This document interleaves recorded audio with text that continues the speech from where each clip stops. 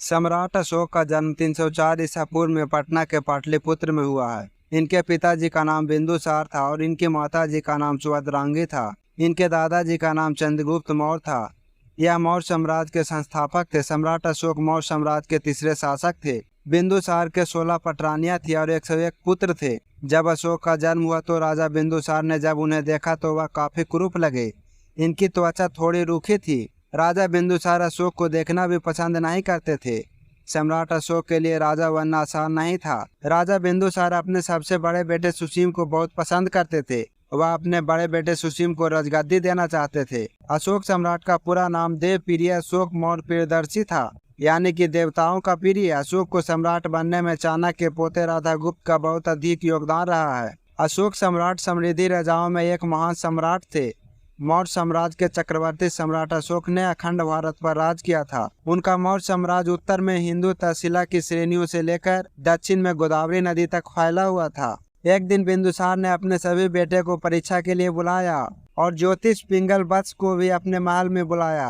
राजा बिंदुसार ने ज्योतिष से कहा कि इन्हें देखकर यह बताओ कि इनमें से कौन राजा बनेगा। जब सम्राट अशोक परीक्षा के लिए मगध की राजधानी पाटलिपुत्रा से राजबन के लिए जा रहे थे तो उन्हें रास्ते में बिंदुसार का मंत्री राधागुप्त मिला।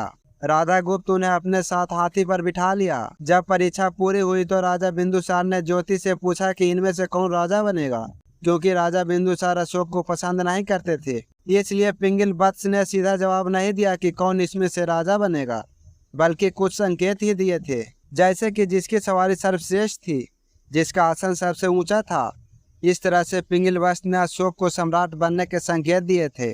सम्राट अशोक के 5 पत्नियां थी। सम्राट अशोक 286 ईसा पूर्व में महारानी देवी से विवाह किया। इसके बाद 266 ईसा पूर्व में रानी पद्मावती से विवाह किया। 270 ईसा पूर्व में संधिमित्रा से विवाह किया। इसके बाद तिसरक्षा से विवाह किया। इसके बाद करुवकी से विवाह किया। बिंदुसार के मृत्यु के बाद 269 ईसा पूर्व में सम्राट अशोक का राज्याभिषेक किया गया।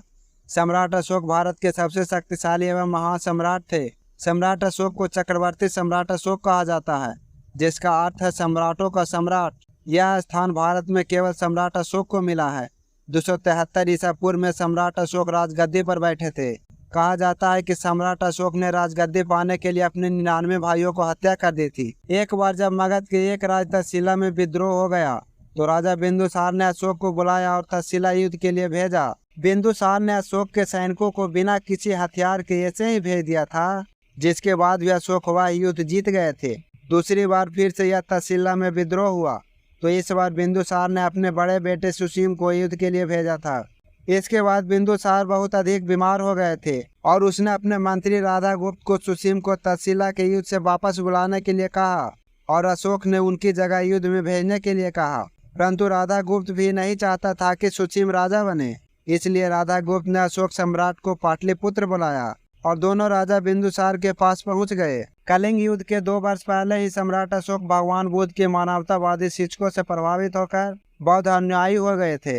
कलिंग के युद्ध के बाद सम्राट अशोक बहुत अधिक बदल गए थे। जब उन्होंने युद्ध में इतनी मार काट देखा तो वह बहुत अधिक दुखी हुए और उन्होंने यह सब देखकर बौद्ध धर्म को अपना लिया। इसके बाद उन्होंने युद्ध न करने का वचन दिया। राजा अशोक ने बौद्ध धर्म को अपनाने के संपूर्ण एशिया में और सभी महाद्वीपों में बौद्ध धर्म का प्रचार और प्रसार किया। राजा अशोक ने धीरे धीरे अपना सब कुछ दान कर दिया था। हमारे भारत का राष्ट्रीय प्रतीक जो सत्ता में है, उनकी स्थापना भी सम्राट अशोक ने ही की थी और जो हमारे तिरंगा में जो चक्र है वह भी अशोक का ही देन है। 232 ईसा पूर्व में पटना के पाटलिपुत्र में सम्राट अशोक की मृत्यु हो गई थी। सम्राट अशोक के संदर्भ के स्तंभ एवं शिलालेख आज भी भारत के कई स्थानों पर दिखाई देते हैं। सम्राट अशोक अपने पूरे जीवन में एक भी युद्ध नहीं हारे थे। सम्राट अशोक के समय में 23 विश्वविद्यालयों की स्थापना की गई, जिसमें तक्षशिला, नालंदा, विक्रमशिला आदि विश्वविद्यालय प्रमुख थे। सम्राट अशोक की मृत्यु के बाद कुणाल को उत्तराधिकारी बनाया गया था।